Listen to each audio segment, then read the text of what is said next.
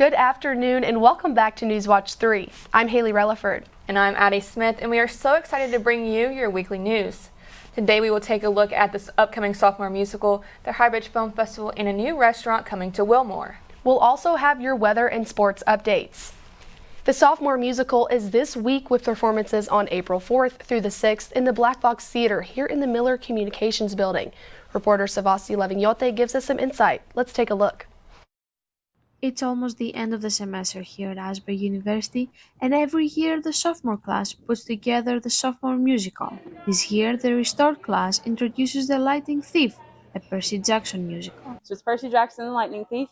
It has Greek mythology, it has sword fighting, it has battle, but it also has relationships, it also has mending, having faith in one another, and honestly, just moving forward from the tragedies that some of the characters have lived through. So it really is about the fun, but it's also about moving past all the hardships that the characters have been through. The Sophomore Musical has been a tradition for many years now. Students from different majors with different talents come together as a class to make this production a reality. It's just a great bonding experience for the entire sophomore class where we all have to get together and create one big show. There's no way that you can do your own thing and have it all come together at the end. We must work together. It has been more than 4 months now that the crew and the actors and actresses are working hard for this show. The class sponsor and the director of the play started working on this even before the end of last semester. Mrs. Templeton was first involved because she's a class sponsor, but I think after that, it started with Beck. Because the director is the one who has to start looking through which shows to do. So it all started with Beck. And what an amazing person to start with. According to Summer Hollis, everything that the Sophomore Musical has, like sets, lighting, actors, crew, it all has to be sophomores, unless there are some special cases. I'm a little bit of an odd case. So I am actually a senior, and I'm the vocal director. So they asked that I come in. So it's been really cool working with the sophomore class, even though I'm a senior. The Sophomore Musical opens the door to the public on April 4th through the 6th, Thursday, Friday, and Saturday evenings at 7 p.m. and Saturday at 2 p.m. In Wilmore, Sevasti Levenioti, Newswatch 3. A brand new restaurant has moved into downtown Wilmore this past week. Live reporter Alex Deacon is downtown to give us more. Alex? Thanks, Haleigh. I'm here inside Rachel's Rose Garden. Right outside across the street is the previous home of the local confectionery. Back in October, the owners of the confectionery were approached by a group of restaurant owners who were interested in the space, and they decided to sell. Now the new owners are in preparation for the opening of their new restaurant, Los Altos. They are currently hiring for waiter, waitress, and hostess positions. The applications can be found outside the restaurant in the front. Los Altos provides a large menu, including traditional Mexican dishes along with pastas, chicken wings, barbecue nachos, and more. They also offer vegetarian combo options. The date for the official opening has yet to be announced, but the owners posted on Facebook saying it will be very soon. After inspections are complete, this new eatery will officially become part of Wilmore's business community. That's all I have today. Back to you. On Saturday, April 13th, Asbury is hosting its annual Highbridge Film Festival, and 2024 marks the 20th edition of the festival, which has grown into a nationally recognized collegiate film festival. The Highbridge Film Festival exists to inspire, promote, and support creative storytelling and showcase the hard work of Asbury media students and local high schoolers. The festival is entirely produced and promoted through the combined efforts of the School of Communication Arts Special Events class and student volunteers. While featuring student-produced films, the festival also features comedic hosts and an after-party themed after Hollywood with Chick-fil-A, Nuggets, and Ale.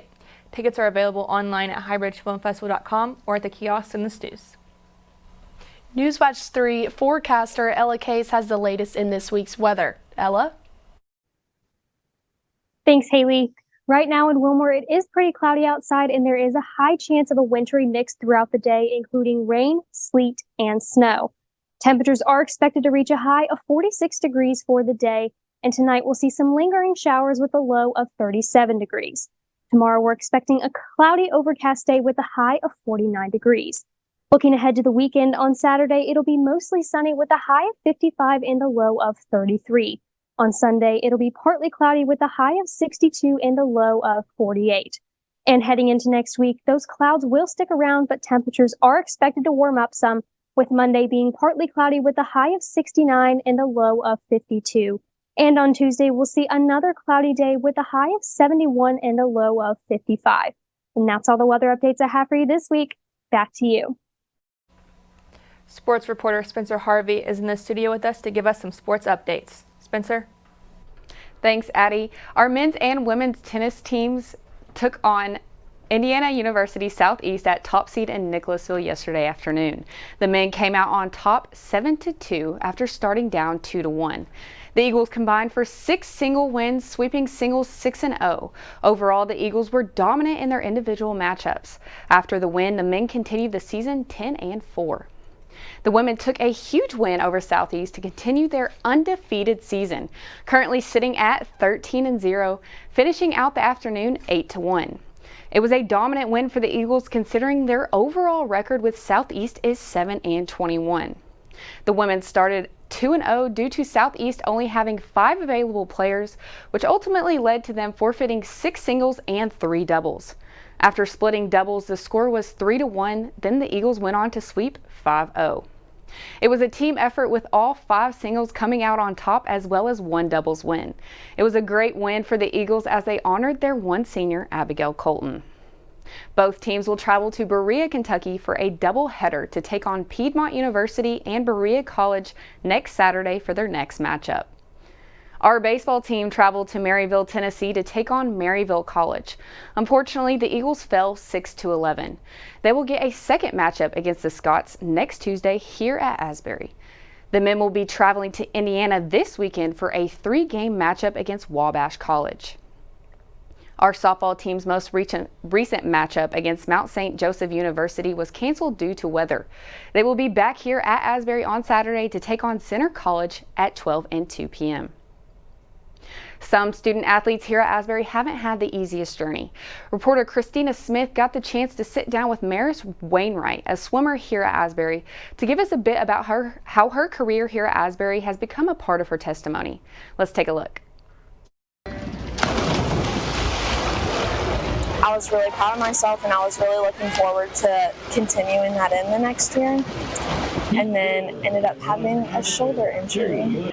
My name's Maris Wainwright. I'm a sophomore here at Asbury and I'm an accounting major with a sport management minor. I've been swimming since I was 7. I started in January of 2012 and have done it year-round ever since. I honestly really surprised myself freshman year. I had a very successful personal season then, and I was really proud of myself and I was really looking forward to continuing that in the next year, and then ended up having a shoulder injury. So I was experiencing really bad shoulder pain, and I ended up having MRIs done on both of my shoulders. The doctor found that both of my capsules are loose, which made them larger than they're supposed to be, and it's just from how I've swam for so long. My shoulders are just really loose and they're not strong enough. I had my first surgery August 8th. It was really frustrating to handle at first, but then knowing that God was going to get me through, there's always a reason that he puts us through these trials, and I knew that there was a reason that I was going through this. But I think her story is really going to come to fruition this next year, just that perspective shift that she's had and being able to go through, I was injured, I had surgery, I had to have a surgery again. So just kind of setbacks, progress, setbacks, and just the patience and the resilience that builds. I think that's going to be a huge part of her story for next year. It's I just was there as moral support or to do anything that the team needed. Going through all that and still being there for us and being at practice every day, even at 5:30 in the morning, it was really strong of her to be able to do that. I think Maris's willingness and dedication to continuing to stay involved and continuing to stay in touch with the team is just a good illustration of not letting the injury kind of take you away from the thing that you love. I feel it's very easy, especially as an athlete, to kind of put your identity in your sport. We are people and we're all God's people. there's a lot more to us than just the outside appearance.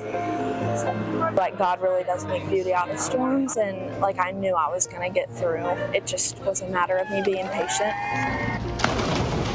So much beauty has come out of this situation, like I wasn't afraid of what could happen. So. That's all the sports updates I have for you today. Back to you, Addie. Millions of Americans are expected to travel to see the total solar eclipse on April 8th. Cities and towns along the route of totality are expecting big crowds. While the boost in visitors is good for local economies, the extra people are expected to cause chaos on the roads and in the skies. Jen Sullivan reports.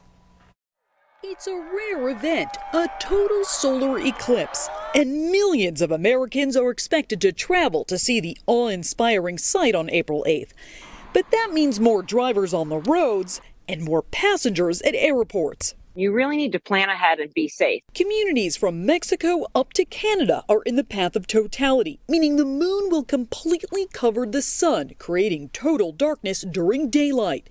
Some areas like western New York are expecting 1 million visitors. Elizabeth Carey with AAA has several tips for drivers, like navigating the old-fashioned way with a map, especially if you're traveling in less populated areas. In a very rural area, you're talking about wilderness with no cell service. AAA also recommends drivers don't try and watch the eclipse while driving. Have your headlights on.